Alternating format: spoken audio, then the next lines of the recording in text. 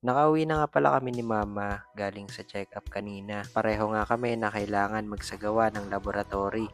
Halos pareho din yung procedure na gagawin. 2D echo, creatinine, sa mga blood test at marami pang iba. Tapos bigla akong na-realize, sobrang iksi pala talaga ng buhay. Kaya kailangan pakaingatan at pahalagahan.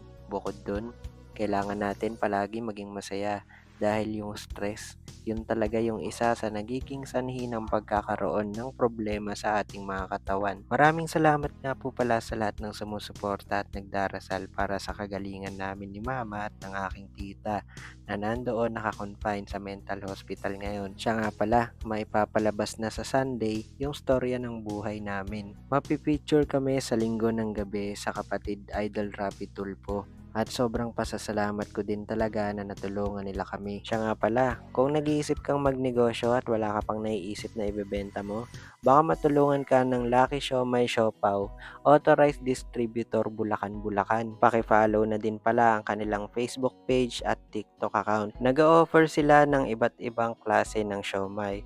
Merong pork, chicken, Japanese at beef. Sa siopaw naman ay meron din kayong pagpipilian. May mini at jumbo pa.